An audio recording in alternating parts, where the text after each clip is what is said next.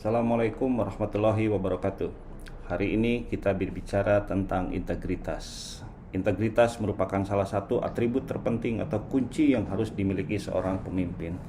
Integritas adalah suatu konsep berkaitan dengan konsistensi dalam tindakan, nilai-nilai, metode, ukuran, prinsip-prinsip, dan berbagai hal yang dihasilkan.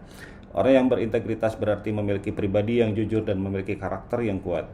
Integritas itu sendiri mempunyai arti sikap yang teguh, mempertahankan prinsip, menjunjung tinggi nilai-nilai, dan menjadi dasar yang melekat pada diri sebagai nilai moral.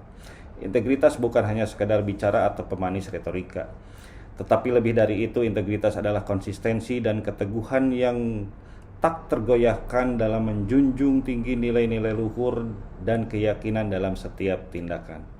Terima kasih. Assalamualaikum warahmatullahi wabarakatuh.